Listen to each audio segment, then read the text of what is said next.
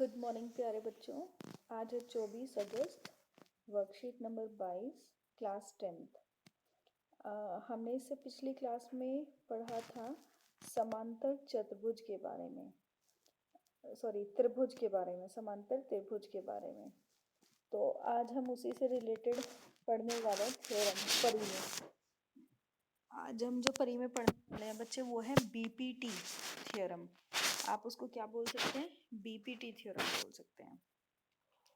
देखो, ये जो ऊपर एग्जाम्पल दिया हुआ है इसको हम बाद में देखेंगे, पहले हम थ्योरम समझेंगे कि क्या है ना। पहले अगर आप थ्योरम समझ लेंगे तो आपको ये चीज़ समझने में बहुत आसानी हो जाएगी। चलो बेटा, सबसे पहले हम देखते हैं आधारभूत। यहाँ से शुरू है ये परिमेय। आधारभूत समान अनुपातिका परिमेय, इसको हिंदी में बोलते हैं आधारभूत समान अनुपातिका परिमेय, इंग्लिश में बोलते हैं बीपीटी थ्योरम, और इसे ही बोलते हैं थेल्स परिमेय का प्रमाण कथन। देखो, बहुत ही इम्पोर्टेंट है, एग्जाम्स में आती है, पूछी ही जाती है एग्जाम्स में। तो सबसे पहले बेटा हम इसका कथन देख लेते हैं। कथन मतलब स्टेटमेंट क्या कहता है। ये कहता है स्टेटमेंट, यदि किसी त्रिभुज की एक भुजा के समांतर, मान लो ये त्रिभुज है, ठीक है, किसी एक त्रिभुज की यदि किसी त्रिभुज की एक भुजा के समांतर अन्य दो भुजाओं को भिन्न भिन्न बिंदुओं पर प्रतिच्छेद करने के लिए एक रेखा खींची जाए। मान लो इसको मैंने यहाँ प्रतिच्छेद कर दिया, इसको मैंने यहाँ प्रतिच्छेद कर दिया और इसको यहाँ, और मैंने इनको मिलाते हुए एक रेखा खींच ली, तो ये अन्य दो भुजाएं एक अनुपात में विभाजित होंगी। और बेटा ये मान लिया जाए कि ये इसके समांतर हैं, ठीक है, ए बी और सी, ये त्रिभुज है। त्रिभुज में अगर हमने ये कर लिया है कि दो भुजाओं से हमने दो बिंदु बनाए और हमने एक रेखा खींच दी, ठीक है, ये वाली रेखा इस वाली रेखा के अगर समांतर है तो क्या होगा बेटा, ये अपॉन में ये is equal to this upon में दिस, इस तरह से होता है। तो ये क्या कहता है कि जो ये वाली भुजा है जो हमने बीच में खींची है, ये वाली जो भुजा है वो ए बी को और ए सी को समान अनुपात में विभाजित करेगी। समान अनुपात का मतलब होता है कि ये वाला हिस्सा अपॉन में ये बराबर है ये अपॉन में ये। देखो अभी हम देखेंगे, इसको मैं थोड़ा सा बड़ा कर देती हूँ। यहाँ पर दिखाई दे रहा होगा बेटा आपको क्लियर ये दिया हुआ है हमारे पास,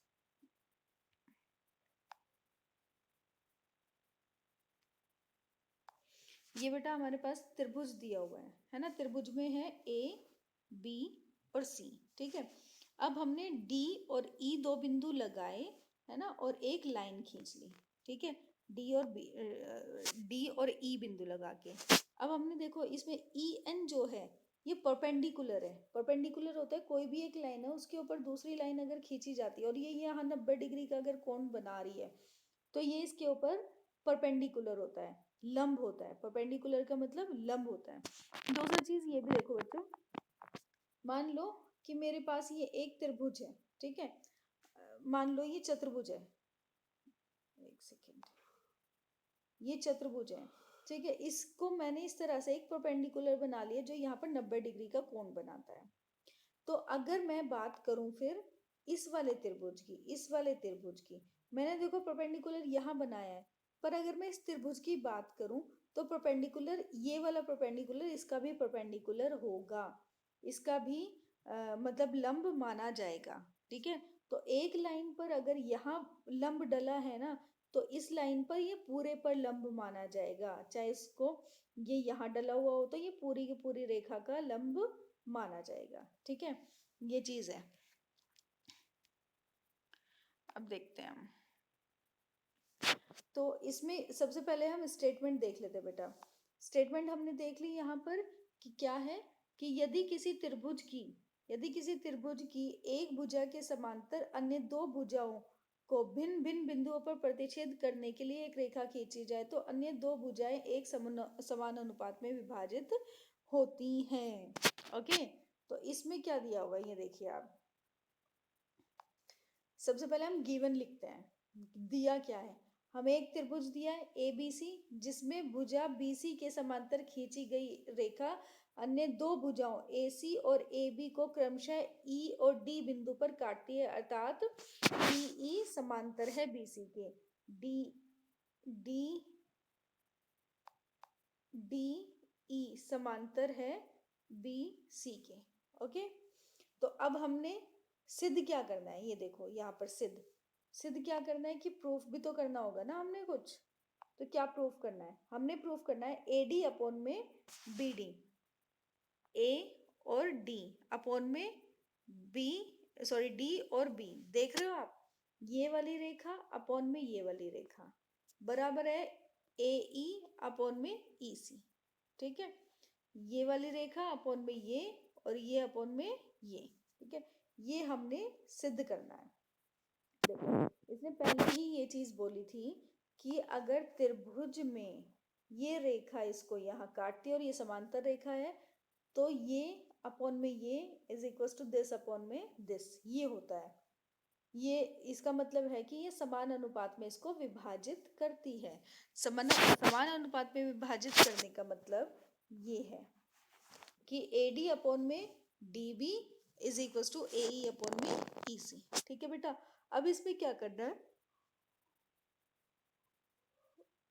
सॉरी, अब इसमें क्या करना है, रचना करनी है हमने। रचना मतलब कंस्ट्रक्शन। B और E तथा C और D, देखो BE और CD हमने इन दोनों को मिला लिया। ठीक है, फिर जो DM परपेंडिकुलर है AC पर, देखो ये DM परपेंडिकुलर है AC पर। अब यहाँ पर जो मैं समझाने वाली थी ना आपको, वो यही चीज है। देखो ये DM जो है ये परपेंडिकुलर है AC पर, तो अगर मैं बात करूं AE की तो भी परपेंडिकुलर DM होगा, अगर मैं बात करूं EC की तो भी परपेंडिकुलर DM ही होगा। ठीक है, ये चीज था इसमें। नेक्स्ट आता है इसमें ई एन परपेंडिकुलर है ए बी के। देखो बेटा, ई एन परपेंडिकुलर है ए बी के, तो ए डी की बात की जाएगी तब भी ई एन परपेंडिकुलर है, और ए बी की बात की जाएगी तब भी परपेंडिकुलर ई एन है, और डी बी की बात की जाएगी तब भी परपेंडिकुलर ई एन ही रहेगा। अब हमने देखते हैं आगे, सॉरी, त्रिभुज में, इस त्रिभुज में क्या करना है, ए डी ई सबसे पहले हमने ये वाला लिया। ठीक है, ये वाला त्रिभुज ऊपर वाला। ठीक है, और ऊपर वाले त्रिभुज में क्या होता है बेटा, अगर हमें किसी भी त्रिभुज का क्षेत्रफल निकालना है तो क्षेत्रफल निकालने का फॉर्मूला क्या होता है, half into base into height, मतलब हाफ इंटू आधार गुना में ऊंचाई। तो देखो यहाँ पर त्रिभुज ADE का क्षेत्रफल, इसको शॉर्टकट में हम इस तरह से लिखते हैं एरिया ऑफ ADE। इसका फॉर्मूला होता है हाफ इंटू, मतलब 1/2 आधार गुना में ऊंचाई। अब 1/2 है, AD क्या है इसमें, आधार है, और EN ऊंचाई है इसकी। देखो ये EN,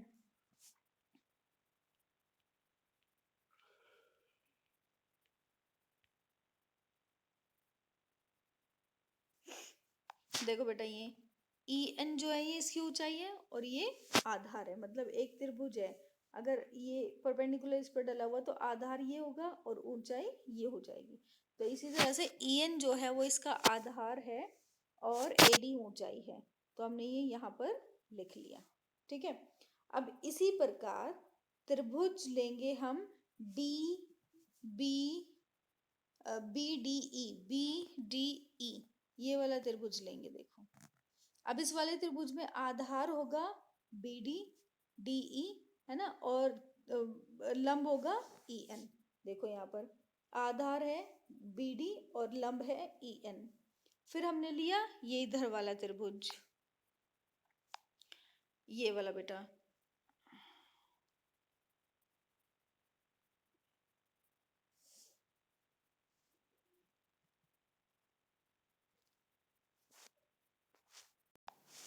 हाँ जी, इस बार ट्राइंगल अब हम क्या लेंगे, दोबारा ADE ट्राइंगल लेंगे।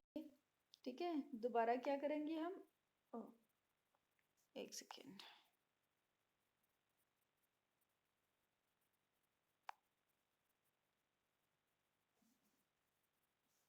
देखो बेटा दोबारा हम ADE ट्राइंगल ले लेंगे, ADE। अब इस बार हम क्या मानेंगे, बेस AE मानेंगे और परपेंडिकुलर क्या होगा, DM। ठीक है, यहाँ पर देखो जिस तरह से इन्होंने यहाँ पर लिखा हुआ है। ठीक है, जब परपेंडिकुलर DM हो गया तो अब हम जो ट्राइंगल लेंगे वो लेंगे ये वाला DEC, और इसमें आधार होगा EC और परपेंडिकुलर होगा DM। ठीक है, इस तरह से। अब हम क्या करेंगे, दोनों त्रिभुज को लेंगे, त्रिभुज ADE अपॉन में DBE, ADE अपॉन में DBE। तो ADE का क्या था हमारे पास, ADE अपॉन में DBE, ये वाला। तो ADE का ये वाला था बेटा। ठीक है, तो हम इसको यहाँ लिखेंगे और इसका BDE का ये, तो क्या हो जाएगा, हाफ से हाफ कैंसिल हो जाएगा, EN जो है ये कैंसिल हो जाएगा, बचेगा क्या हमारे पास, ये बचेगा AD अपॉन में BD DB। फिर हम लेंगे ये वाला AD और ये, जिनका आधार बराबर होगा।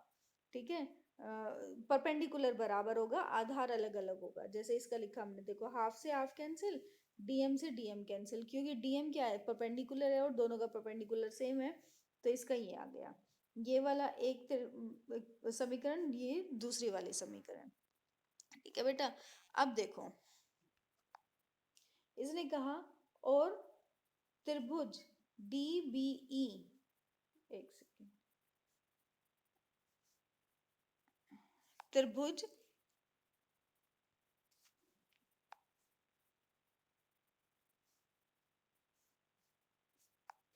त्रिभुज BDE और DEC एक ही आधार पर हैं।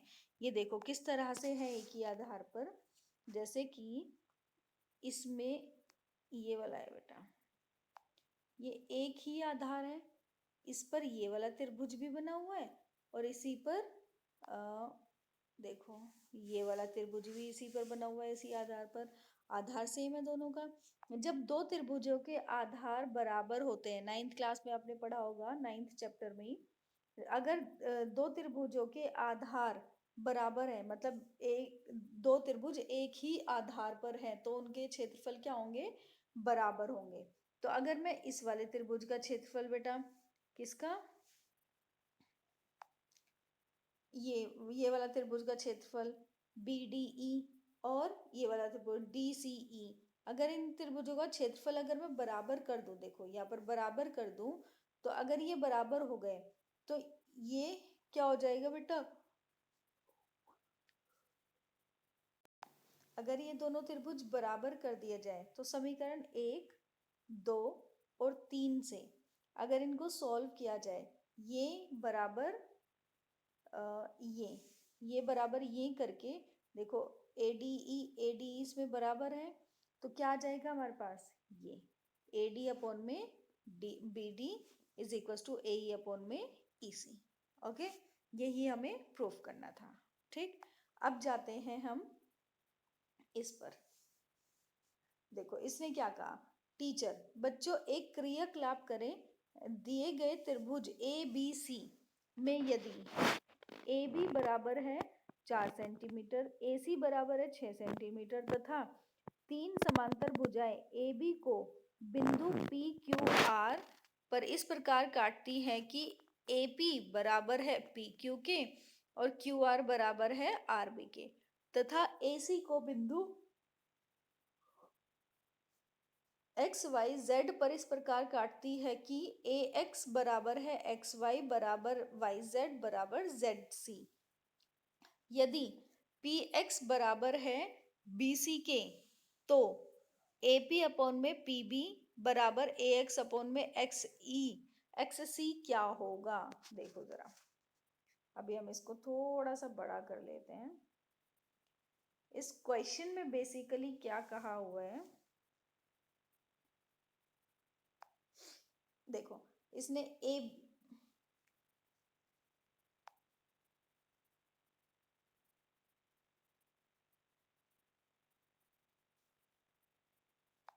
इसने क्या कहा हुआ है, ए बी बराबर है 4 सेंटीमीटर और ए सी बराबर है 6 सेंटीमीटर। ए बी कौन सी वाली लाइन है, ये, और ए सी कौन सी लाइन है, ये वाली। अब इसने कहा कि ए सी को पी क्यू आर पर काटा जाता है और इसको एक्स वाई जेड पर काटा जाता है। तो इसलिए क्या हो जाती है, ये रेखा इसके बराबर, ये रेखा इसके बराबर और ये रेखा इसके बराबर, सब रेखाएं आपस में बराबर हो जाती हैं। तो हम जब बात कर रहे हैं कि पी एक्स बराबर है बी सी के, पी एक्स ये वाली लाइन है और ये बी सी के समांतर है, तो क्या होगा, ए पी। देखो अभी हमने बीपीटी थ्योरम में क्या पढ़ा है, यही तो पढ़ा है कि अगर एक त्रिभुज है, त्रिभुज की दो भुजाओं से बिंदु लगाकर अगर एक रेखा बनाई जाती है और वो तीसरी रेखा के समांतर होती है, तो जो उसका रेशो होगा बेटा वो क्या होगा, बराबर होगा। ठीक है, यही हमने इसमें बीपीटी थ्योरम में पढ़ा है। तो इसने कहा कि ए पी अपॉन में पी बी बराबर होगा ए एक्स अपॉन में एक्स सी, इसका मान निकालो। तो देखो हमारे पास ए बी क्या है, ये पूरा क्या है बेटा 4 सेंटीमीटर है और ये पूरा क्या है 6 सेंटीमीटर है। हाँ जी बेटा, तो ये अगर ए बी हमारे पास 4 है और ए सी हमारे पास 6 है, तो अभी आपने यहाँ देखा होगा कि ए पी बराबर है पी क्यू बराबर है क्यू आर बराबर है आर बी, ये सारे बराबर है। तो इसका मतलब ये पूरा 4 है, तो इसका मतलब ये एक, ये एक, ये एक, ये एक, 4 सेंटीमीटर हो गया। तो अगर मैं ए पी अपॉन में पी बी की बात करूं, तो ए पी क्या है 1 और पी बी क्या है, देखो वो 3 हिस्से हैं, तो 1/3 हो जाएगा इसका आंसर। ठीक है, हम ए पी देखेंगे ना, दोबारा समझो इसे। देखो जी, यहाँ पर ये पूरा का पूरा है बेटा, है ना, तो ये पूरा क्या है 4 है। जब ये 4 है तो ये सारे बराबर है, तो ये भी एक, ये भी एक, ये भी और ये भी, 4 हिस्से हो गए। अभी हम बात कर रहे हैं ए पी अपॉन में पी बी की, तो ए पी का हिस्सा 1 बैठता है और पी बी का हिस्से 3 बैठते हैं, तो 1/3 आंसर हो जाएगा। ठीक है, अब देखो नेक्स्ट, ये इसने विलोपन दिया हुआ है, यदि इसमें देखो बेटा,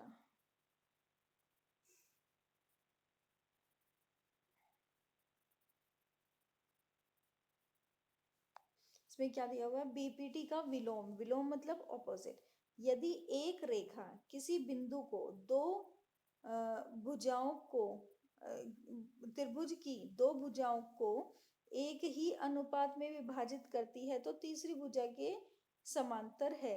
अर्थात ए बी सी में यदि भुजाएं इस अनुपात में है तो समझ जाओ कि वो अभी तक हमने क्या देखा था कि जैसे मान लो त्रिभुज है, इसने कहा कि ये अगर इसको यहाँ यहाँ काट रही है और ये इसके समांतर है, तो समझ जाओ दिस अपॉन में this is equal to this upon में दिस। अब इसने उल्टा बोल दिया भाई, अब इसने क्या बोल दिया, इसने बोल दिया कि मान लो एक त्रिभुज है ना, और ये वाली भुजा इस ये अनुपात में काट रही है इसको कि दिस अपॉन में this is equal to this upon में दिस, तो ये भी जरूर होगा कि ये वाली भुजा इस वाली भुजा के समांतर होगी। पहले ही बोल रहा था कि समांतर है और ये इसको अनुपात में बांटेगी इस तरह से। अब अनुपात में दिया हुआ है कि अनुपात में तो है, ठीक है, तो ये सिद्ध करो कि ये समांतर होगी। ठीक है, उदाहरण है बेटा हमारे पास, अच्छा उदाहरण है, दिए गए चित्र में x का मान ज्ञात करें, इसमें DE समांतर है BC के। देखो ये DE बराबर है BC के, मतलब समांतर है, तो क्या होगा बेटा, ये AD अपॉन में ये हो जाएगा ना AD अपॉन में DB, ठीक है, बराबर AE अपॉन में EC। ठीक है, अब AD क्या है x और DB क्या है 3x plus 4 is equal to AE क्या है बेटा x प्लस 3 अपॉन में EC क्या है 3x प्लस 19, ये जैसे ये लिखा हुआ है। अब आप क्या करेंगे, इसको सॉल्व करने के लिए मल्टीप्लिकेशन मेथड लगाएंगे, इसको इधर लेकर जाएंगे और इसको इधर लेकर जाएंगे। इनको सॉल्व करके आप क्या निकालोगे, x की वैल्यू। बहुत ही आसान है। नेक्स्ट क्वेश्चन देखो, इसमें यदि दिए गए चित्र में DE समांतर है BC के तो x का मान ज्ञात कीजिए। सेम है बच्चे, ये आप कर सकते हो। ये इसमें फिगर थोड़ी क्लियर नहीं दी हुई है, तो इसमें इसका मेजरमेंट्स ठीक से नहीं दिखाई दे रहे हैं, पर इस तरह के क्वेश्चंस आप कर सकते हैं। BPT theorem most important theorem है। आपको अगर नहीं समझ आए तो कमेंट बॉक्स में मुझे कमेंट कर कर बताइएगा। ठीक है, थैंक यू बच्चों।